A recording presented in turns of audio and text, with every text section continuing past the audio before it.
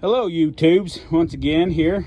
Today's a real special treat. We're going to be working with this Halt's Farmertech G660, the clone of the MS660. Nothing's been done to it. Running a 32-inch bar, full skip, chisel chain. Only difference is it's square ground. If you can kind of see it on some of that there. Nothing too special. If it will focus. And what we got here is my friend here. He's a professional. This is what he does. This will be his first time seeing it and his first time running it. And we're gonna get his thoughts on it and see what he thinks about it. Go ahead and grab that and tell me kind of what you feel right off the bat. Not as heavy as I thought it would be. Seems fairly light for a 660 knockoff. Not bad. So, same starting procedures as a normal MS660. So what he does is he's on the forestry department in one of our local upper Utah municipalities, and so he makes his living using chainsaws, sometimes big, sometimes little, sometimes just dragging brush. But this is what he's gonna do. He's gonna give it a start, and it's cold start too. This hasn't been started in probably 2.5 to 3 weeks. Go for it.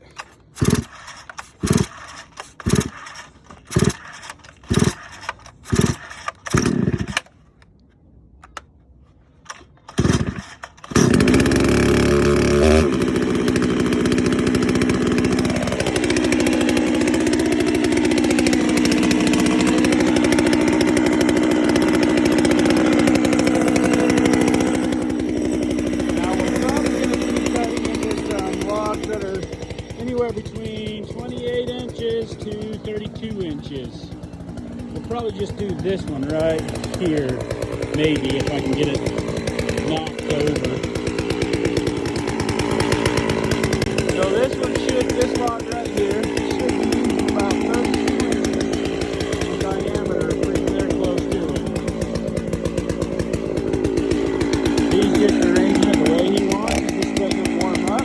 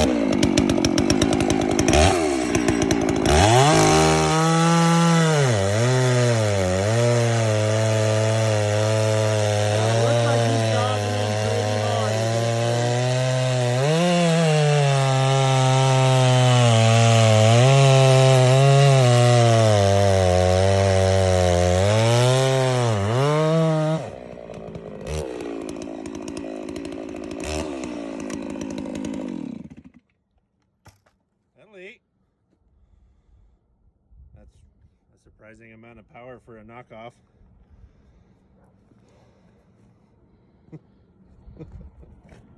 Yep. So what do you think? Would this be a good healthy alternative for your once in a while users? Do you think it could work for a professional aspect? Well, I mean, at a quick glance, it's got all the power you need. It comes down to a longevity game. So if that power lasts for the professional world, we'll see. If it's your regular guy that uses once in a while, now probably gonna be worth it. So there's some of the chips. This is square ground, nice and clean. You can see in the video it was puking out the chips pretty good. I don't even think I have touched the jetting on this yet since when I've got it. I've had it about 3 months. I'm still running the clots 40-1, maybe closer to 38-1, something like that. I'm going to pass the camera over to my friend here, and I'm going to do some talking about it. So some of the things that I've noticed about this saw that I don't like is the handlebars is garbage. They are weak sauce. They are nowhere near what an OEM 660 wrap handle would be. The thing that I like about it is they're cheap to replace. Another thing I don't like, if my friend here can come take a look at this on the side cover, is this is kind of their version of a universal clutch cover bar with the bar mounts. I don't like how short it is. I like the West Coast style where it comes all the way down. So they've made this so it will fit multiple units, okay? The other thing that I haven't been a big fan is their air filter system. It looks just like the OE setup.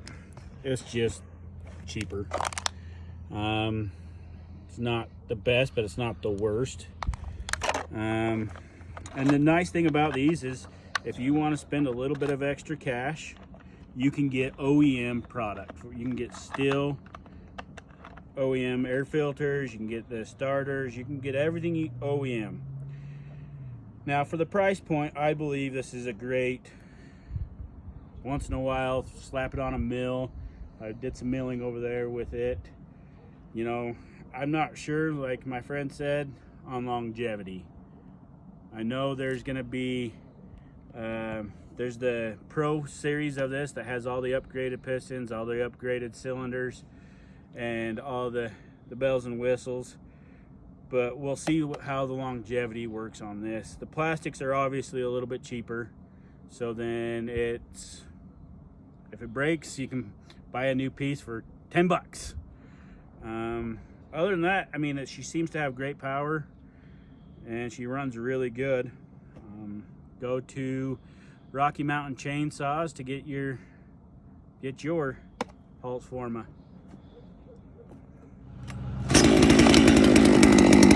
We wanted to go for round 2.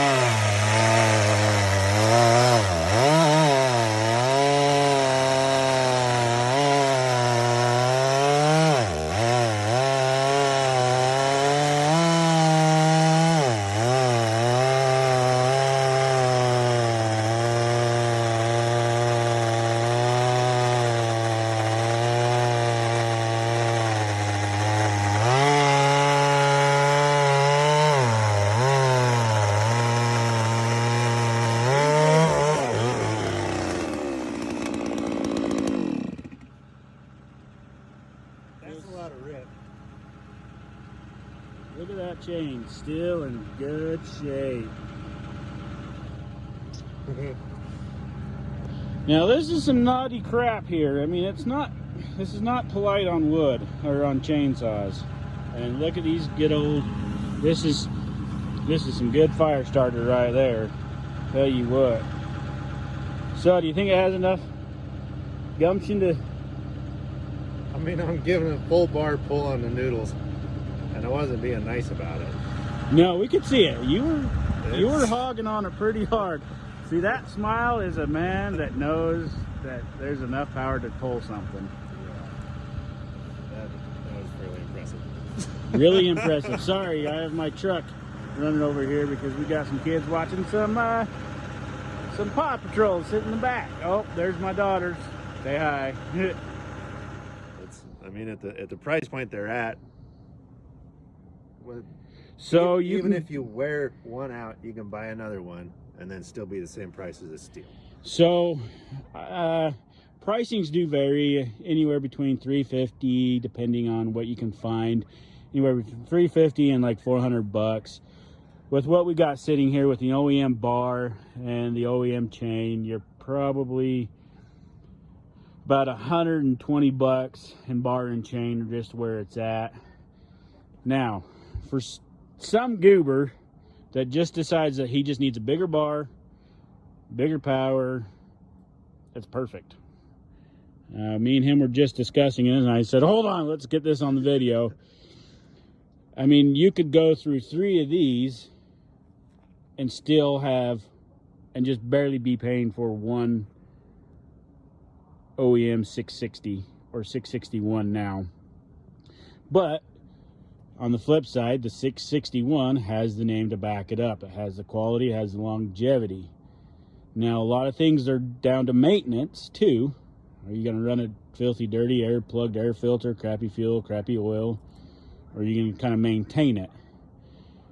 And like he said, for the money, it's worth it. Hard to beat. It's hard to beat. And I was just asking him off camera about him dogging in, because it looked like he was dogging in pretty hard. And he's like, yeah, he was leaning into it pretty good. And he seems to be pretty impressed with what the power that it's had. And granted, that wasn't completely warmed up either. Once these get warm up, and I'm betting money once the ring's set and gets broke in, it's gonna open up quite a bit. Okay, thanks YouTube. Bye.